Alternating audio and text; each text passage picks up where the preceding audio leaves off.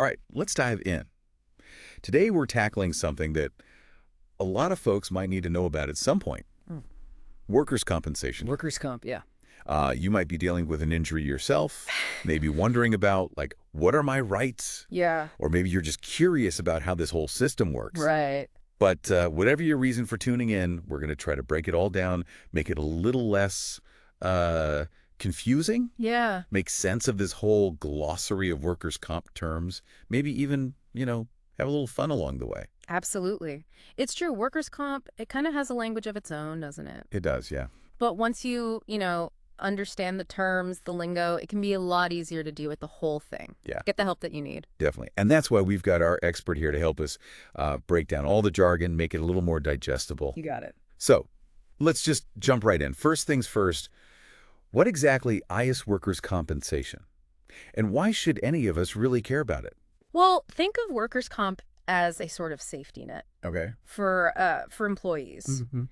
It's designed to protect you if you get injured on the job, or even if you get sick because of your job. Right, right. And it covers things like, well, obviously the medical treatment, Yeah. but also helps to replace the wages that you lose while you're recovering. Oh, so it's not just about getting the medical bills paid. No. It's also about making sure you're not, like, losing out financially Exactly. because of something that happened at work. Yeah, protecting your livelihood. Huh.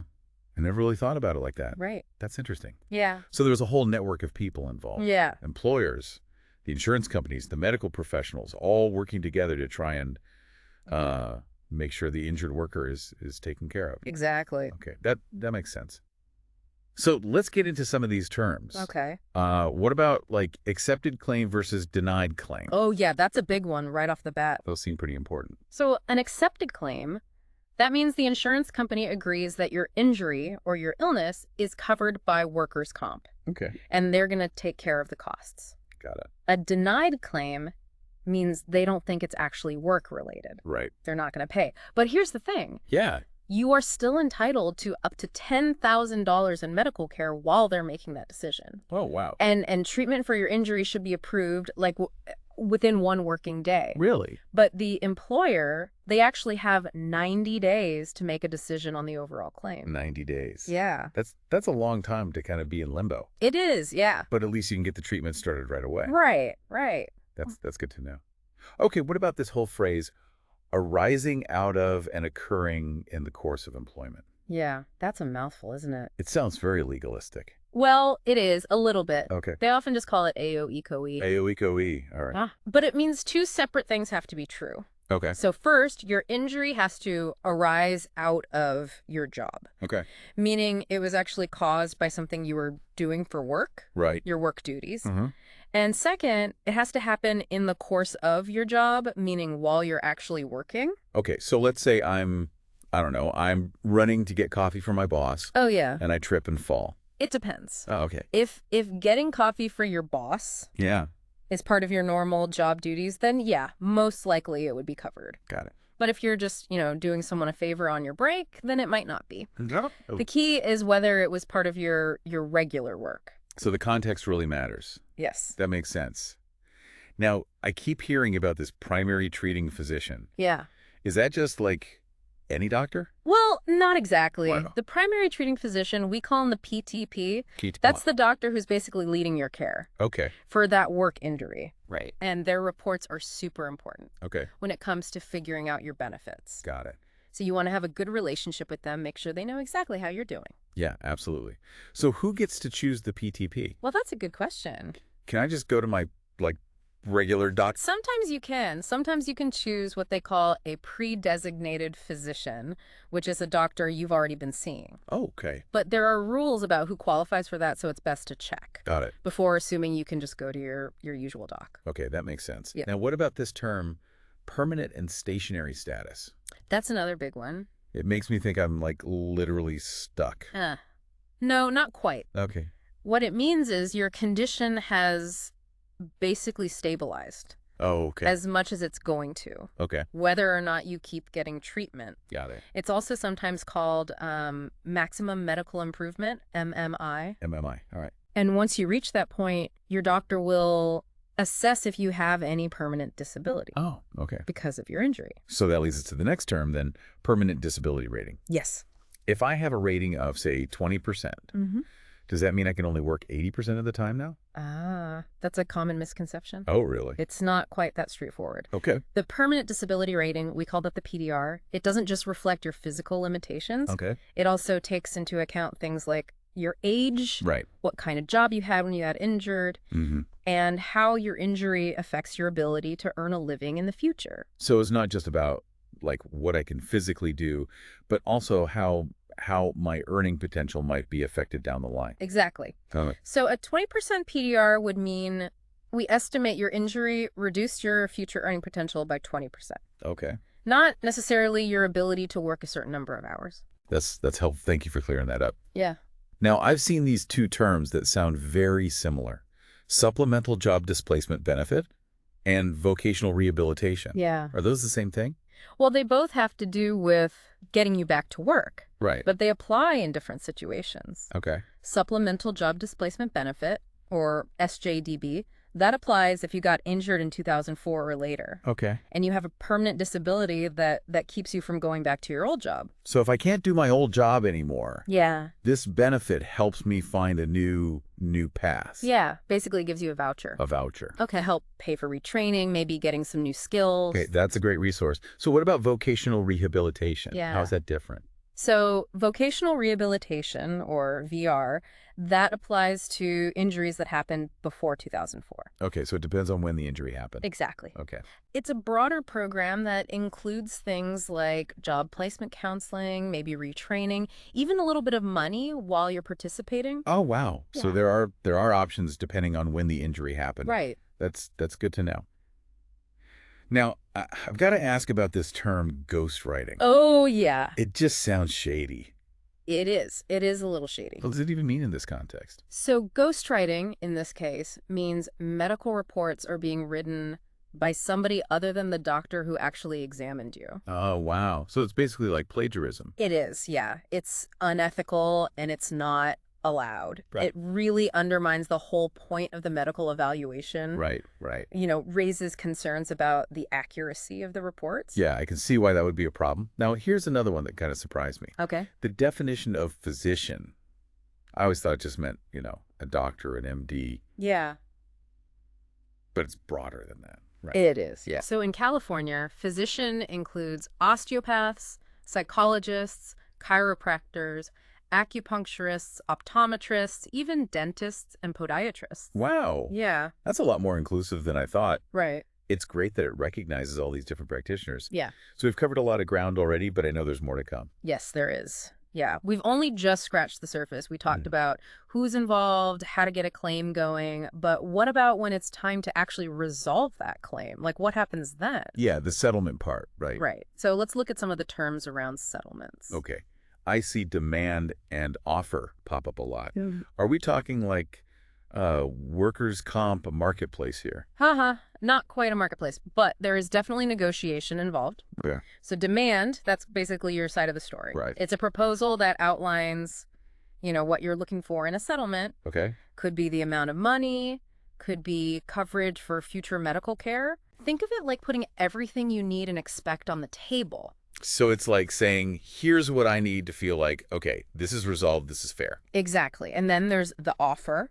That's what the employer or the insurance company comes back with. Right. They might agree with everything. They might suggest a different amount, different terms. Right. It's a back and forth until both sides can kind of agree on something that works. Sounds kind of like haggling at a flea market. Yeah, kind of, but with much higher stakes. Yeah, for sure. And just like at that flea market, it helps to know what you want going in and what you're willing to accept. Yeah. Knowing your needs and your rights, that's super important. And having, a good attorney on your side can really help with this part. Yeah, that makes sense.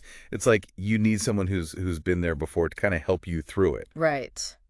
Okay, so let's say you've gone back and forth. Yeah. You finally got an agreement. Yeah. Is that it? Is it over then? Well, there's this term compromise and release. Yeah. CNR. Yeah. Basically, that's a type of settlement where you, the injured worker, you get a lump sum payment. Okay. And in exchange, you release the employer and insurance company from any more responsibility. So it's like saying, okay, we're good. This settles everything. Yep. No more coming back. No more claims. We're done. Exactly. It's a way to kind of resolve things quickly, cleanly, Right. but you got to be really sure you're happy with that agreement. Okay. Because once you sign a CNR, you can't go back later and ask for more, Wow. Okay. even if your condition gets worse. So that's a big decision. It is, yeah. You really want to make sure everything's covered. Right. Speaking of which, what about future medical treatment?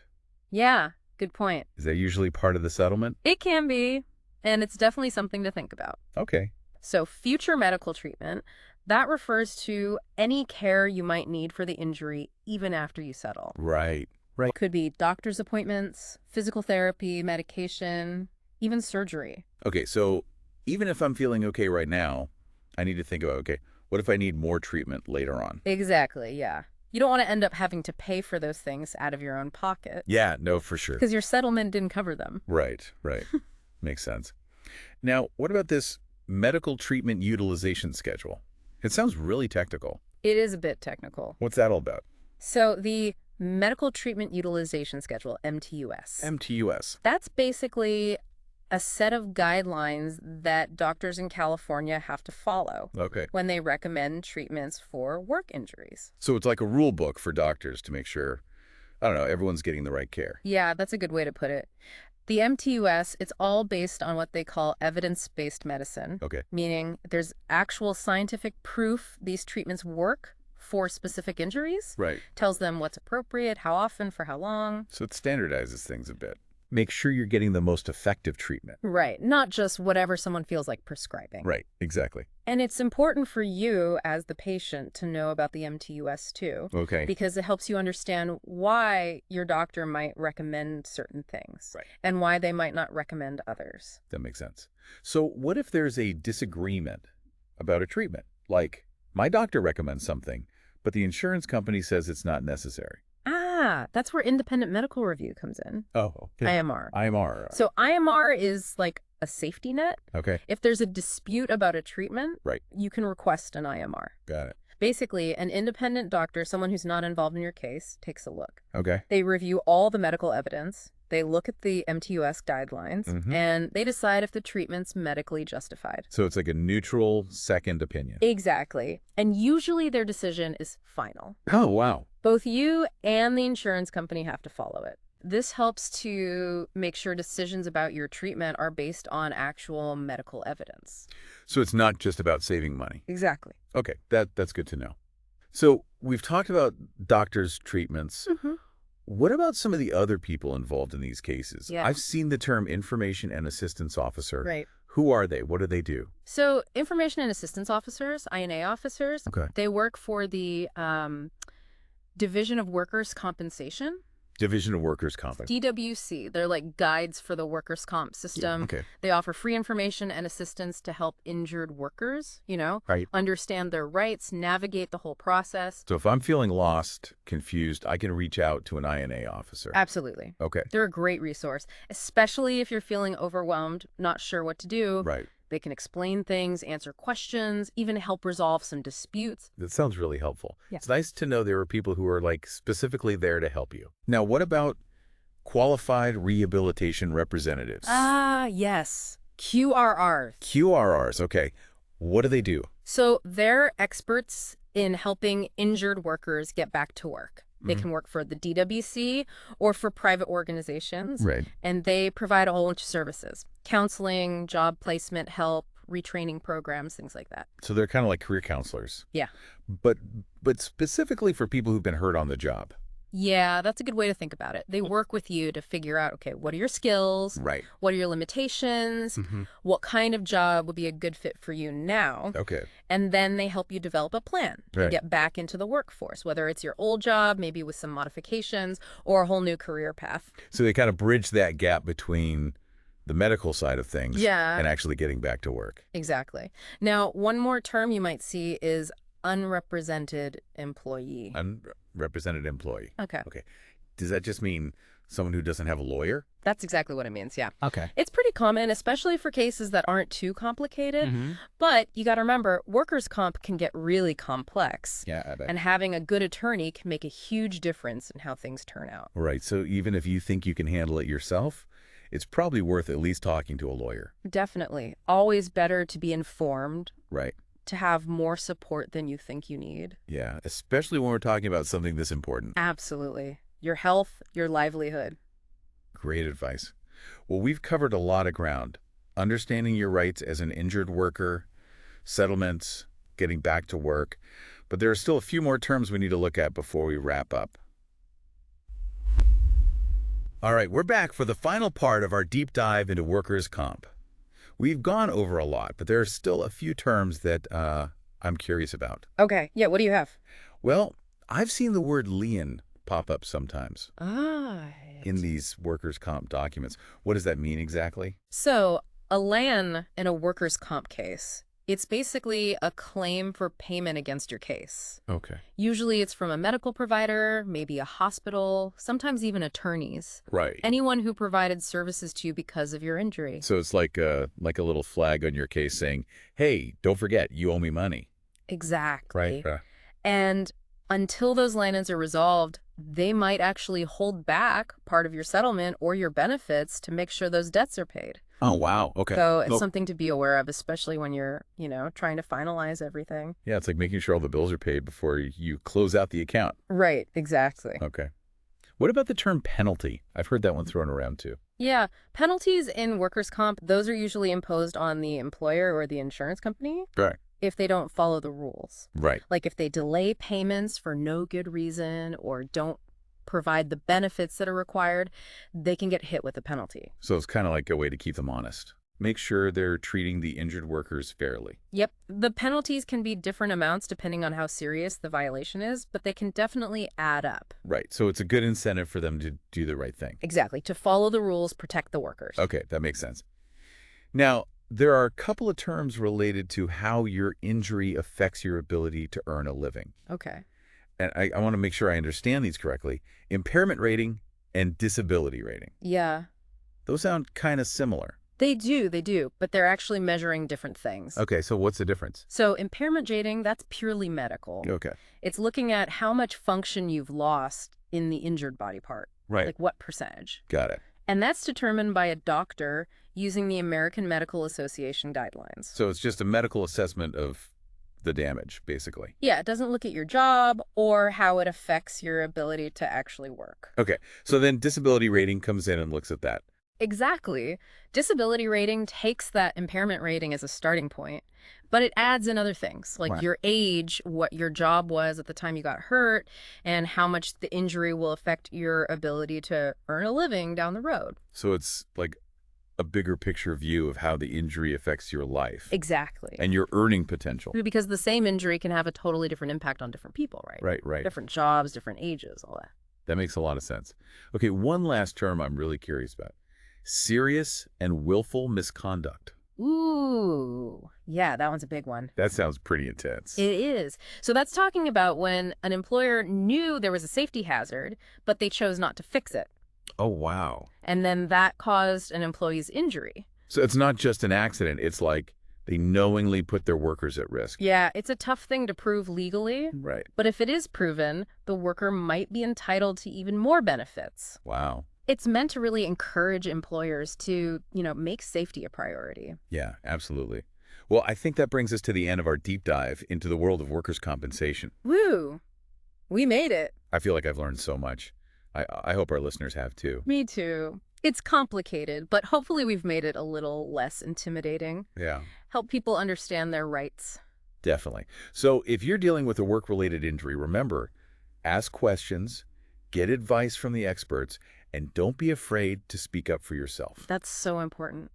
And one last thing, even though this whole system is designed to protect you, the language can be tough. Don't be afraid to ask for help. Talk to a lawyer who specializes in this stuff. Right. Reach out to an INA officer or a qualified rehab representative. They can really help you understand everything and make sure you're getting what you deserve. That's great advice. Thank you so much for taking the time to talk with us about this. It was my pleasure. Always happy to help. And to all our listeners, thanks for tuning in. We hope you found this informative, maybe even empowering. Remember, knowledge is power, especially when it comes to something as important as your health and well-being. So keep learning, keep exploring, and we'll see you next time.